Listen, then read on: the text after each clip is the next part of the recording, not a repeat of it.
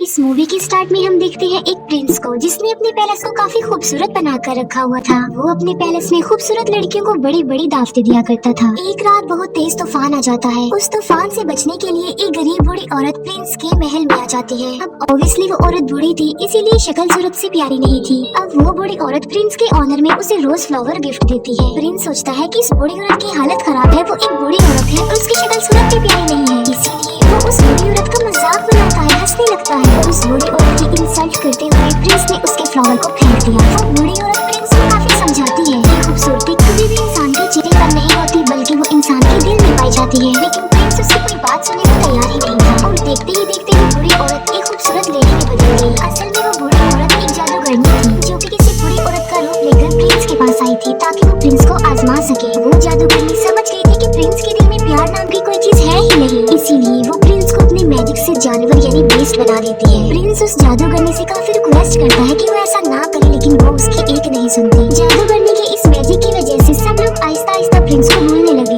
यहाँ पर हम ये जान पाते हैं कि उस जादूगरनी ने प्रिंस को जो फ्लावर दिया था वो कोई आम फ्लावर नहीं था, बल्कि मैजिकल फ्लावर था, जादुई फूल था वो। और फ्लावर एक्सेप्ट ना करने पर उस जादूगरनी ने प्रिंस को ये कर्ज दे दिया और ये कर्ज तभी खत्म होगा जब प्रिंस को उस फ्लावर की आखिरी पेटल यानी पंखुड़ी गिरने से पहले किसी से प्यार हो जाए और वो भी प्रिंस से प्यार करे। लेकिन आखिरी पंखुड़ी गिरने से पहले अगर प्रिंस से किसी ने प्यार ना किया तो प्रिंस कभी भी इंसान नहीं बन सकेगा दोबारा, बल्कि बेस्ट ही रहेगा वो हमेशा। काफी साल गुजर जाते हैं लेकिन उस पैलेस में कोई भी नहीं आता। फिर हमें पैलेस के करीब एक गाँव में एक लड़की दिखाई जाती है जिसका नाम होता है बेल। बेल को किताबें पढ़ने, स्टोरीज पढ़ने का काफी शौक था। बेल के फादर एक डिजाइनर होते हैं। उसी गाँव में एक और लड़का भी रहता है जिसका नाम होता है गैस्टोन। गैस्टोन जो कि बेल से शादी करना चाहता था, लेकिन बेल उससे शादी करना नहीं चाहती थी क्योंकि वो एक प्राउड इंसान था। गैस्टोन बेल से शादी करने के लिए उसे अपना बनाने के लिए काफी स्ट्रगल भी किया करता था, लेकिन उसकी कोशिशें नाकाम ही रहती हैं। एक दिन बेल के फादर को कहीं पर जाना था। जिस रास्ते से उन्होंने जाना था वो एक जंगल था। बेल के फादर देखते हैं कि उनके रास्ते में तो आग लगी हुई है, लेकिन वहाँ पर एक और रास्ता भी था जहाँ पर वो मुड़ जाते हैं। बेल के फादर अपने घोड़े पर सवार होते हैं, लेकिन तभी उन्हें जंगल से भेड़ियों की आवाज सुनाई देती है और फिर वही भेड़िए उनका पीछा करने लगते हैं। बेल के फादर अपनी जान बचाने के लिए वहाँ से भागते हैं और भागते भागते वो आ जाते हैं बीस्ट के पैलेस के पास। बेल के फादर जब अंदर जाते हैं तब उन्हें वहाँ पर कोई भी दिखाई नहीं देता। हालांकि ऐसा लग रहा था कि पैलेस में कोई रहता है। कैंडल्स भी जल रही थी और टेबल पर खाना भी पड़ा हुआ था। इतना अच्छा खाना देखकर बेल के फादर खाना खाने लगते हैं, लेकिन हम फिर बहुत हैरान कर देने वाली चीज देखते हैं। वहाँ पर जो कप पड़ा होता है वो बेल के फादर से बातें करने लगता है। बेल के फादर समझते हैं कि ये कोई सॉल है जो उन्हें डराने की कोशिश कर रही है, इसीलिए बेल के फादर उसे कहते हैं कि मैं तुमसे नहीं डरता। ये कहकर बेल के फादर वहाँ से भाग जाते हैं। अब यहाँ पर सवाल ये उठता है कि वो कप कैसे बोल पाया। असल में बात ये है कि वहाँ पर यानी पैलेस में जितनी भी चीजें पड़ी हुई थी वो पहले इंसान हुआ करते थे, लेकिन जादूगरनी के कर्ज की वजह से वो सब चीजों में बदल गए। बेल के फादर भागते हुए गार्डन में आ जाते हैं। वो देखते हैं कि वहाँ पर बहुत प्यारे प्यारे फ्लावर लगे हुए हैं। बेल के फादर सोचते हैं कि मेरी बेटी बेल ने अपने लिए फ्लावर मंगवाया था, इसीलिए वहाँ से वो एक फूल तोड़ लेते हैं और तभी वहाँ पर बीस्ट आ जाता है। फ्लावर चोरी करने की पनिशमेंट देने के लिए बीस्ट उन्हें प्रिजनर बना लेता है, लेकिन बेल के फादर का घोड़ा वहाँ से भाग जाता है और वो सीधा अपने घर आता है बेल के पास। बेल जब देखती है कि घोड़ा अकेला आया है, उसके फादर नहीं आए, तो वो फौरन समझ जाती है कि उसके फादर किसी मुसीबत में फंस गए हैं। इसीलिए बेल अपने फादर को ढूंढने के लिए उस घोड़े पर बैठ जाती है। वो घोड़ा बेल को ले आता है पैलेस में और पैलेस में ही बेल के फादर को प्रिजनर बनाकर रखा हुआ था। बेल जब पैलेस के अंदर जाती है तब उसे वहाँ पर कोई भी दिखाई नहीं देता। बेल वहाँ पर काफी आवाजें भी लगाती है, लेकिन उसे आगे से कोई भी रिस्पॉन्स नहीं मिलता।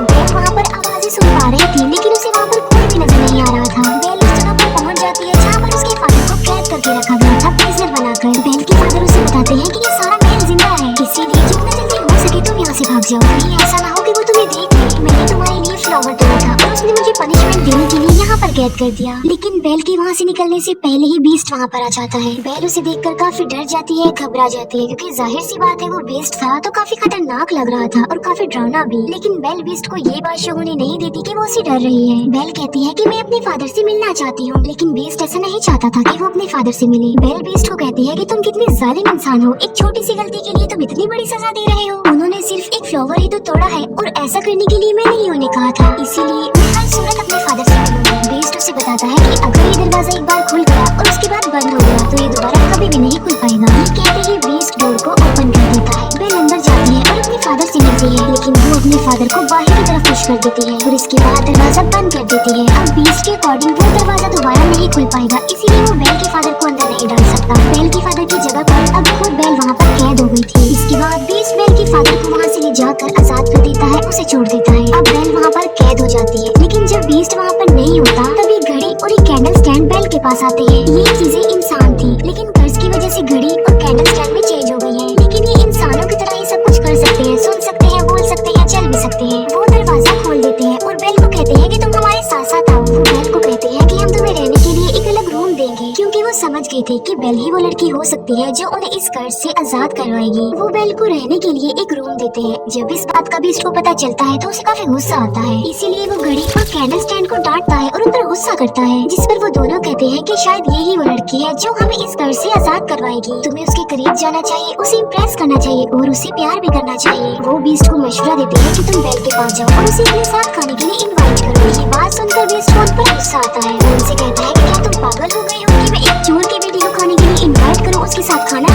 ऐसा कभी भी पॉसिबल नहीं हो सकता। लेकिन जब उसके सारे लोग उसे काफी इंसिस्ट करते हैं तो वो इस बात के लिए मान जाता है, क्योंकि उन सबके कर्ज होने के रीजन कोई और नहीं बल्कि बीस्ट है। बीस्ट बेल के पास जाता है। वो बेल को कहता है कि तुम मेरे साथ खाना खाओगे, लेकिन इसे तुम कोई रिक्वेस्ट मत समझना। बेल उसे कहती है कि तुम क्या पागल हो? पहले तुमने मेरे फादर को प्रिजनर बनाया, फिर मुझे कैद कर लिया और अब मेरे साथ खाना खाना चाहते हो। बीस्ट दरवाजे को जोर जोर से पीटता है और कहता है कि जो भी हो जाए तुम तो मेरे साथ खाना खाओगी। बेल कहती है कि चाहे मैं भूखी मर जाऊं, लेकिन मैं तुम्हारे साथ खाना नहीं खाऊंगी। जिस पर बीस्ट कहता है कि चलो ठीक है, मैं तुम्हारी ये ख्वाहिश भी पूरी कर देता हूँ, तुम्हें भूखा ही मारूंगा। अब तुम्हें कोई भी खाना नहीं देगा और तुम भूखी ही मरोगी। बेल फिर भी दरवाजा नहीं खोलती और वो वहाँ से चला जाता है। जिस अंदाज से बेल ने बीस्ट को जवाब दिया था, उसे देखकर वहाँ सभी कर्ज चीजें लाइक कैंडल स्टैंड, घड़ी, पेचकस, उन सब को कंफर्म हो जाता है कि बेल ही वो लड़की है जो उन्हें कर्ज से निजात दिलाएगी। फिर हम देखते हैं बीस्ट को जो कि उसी रोज फ्लावर के पास जाता है। बीस्ट देखता है कि उस फ्लावर की बहुत सारी पंखुड़ियाँ गिरकर टूट गई हैं। ये वही रोज फ्लावर था जिसके खत्म होने के बाद बीस्ट हमेशा के लिए जानवर ही रहेगा और पैलेस की जितनी भी कर्ज चीजें हैं वो सारी ऐसी ही रहेंगी, हमेशा के लिए भी जान बन जाएंगी। वो फ्लावर पर बहुत ही थोड़ी पंखुड़ियाँ रह गई हैं और वो भी बहुत जल्द गिर जाएंगी। फिर हम देखते हैं बेल के फादर को जो कि वापस अपने गाँव में आ चुके थे। वो सब लोगों को बता रहे होते हैं कि मेरी बेटी की जान खतरे में है। जंगल के पास एक पैलेस है और वहाँ पर एक बीस्ट रहता है और वहीं पर मेरी बेटी फंस गई है। लेकिन कोई भी उनकी इस बात पर बिलीव करने को तैयार नहीं था, बल्कि वो सिर्फ इस बात को कहानी ही समझ रहे थे।